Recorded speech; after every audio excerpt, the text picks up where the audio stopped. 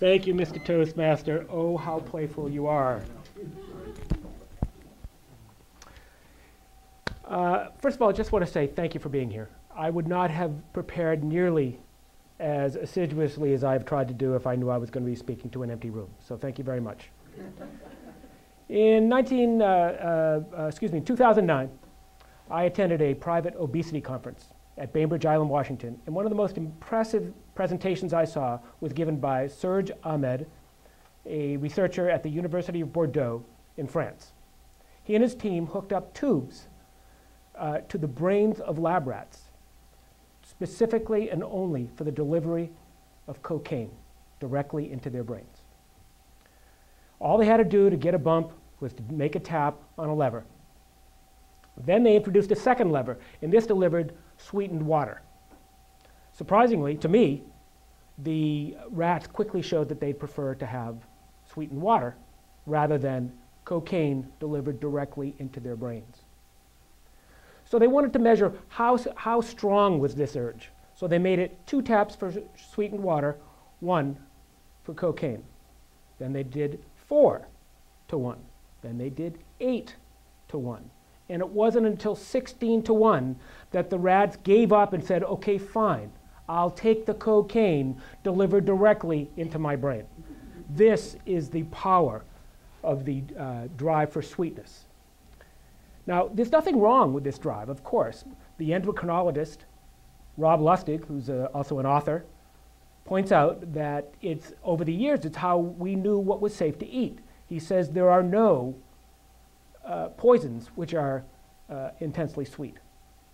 He also points out that it takes, on average, 13 exposures for a child to become used to a savory taste, and it takes 1 exposure of a sweet taste before they're completely done with it.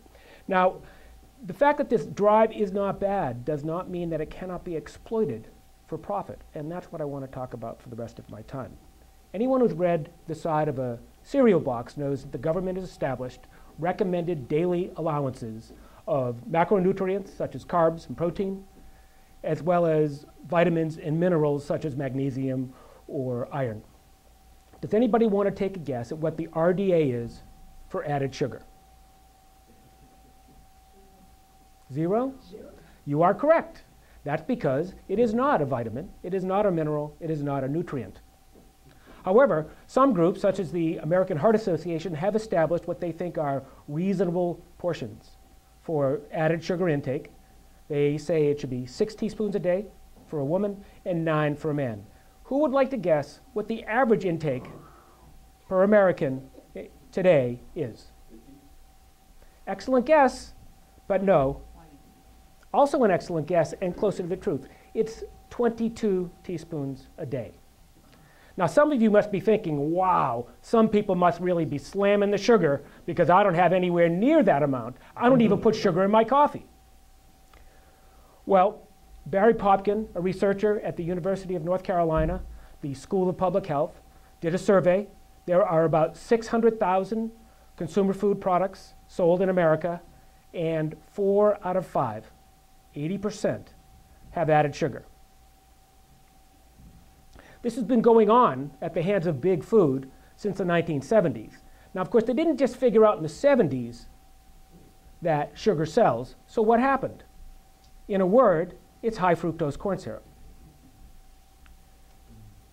As you know, or you may know, the Corn Refiners Association has been before the FDA and the courts seeking to have its name changed from high-fructose corn syrup to corn sugar. And you might think, based on the thrust of what I've said so far, that I would be against allowing them to put their prized product in the Witness Protection Program. But I say, why not?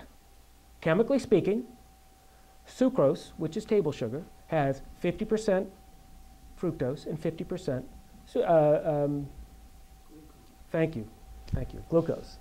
High-fructose corn syrup has 55% fructose. So it's basically the same. I say, have at it. Let them call it corn sugar. Now, where I part with the corn lobby is they think that this absolves them of any special blame.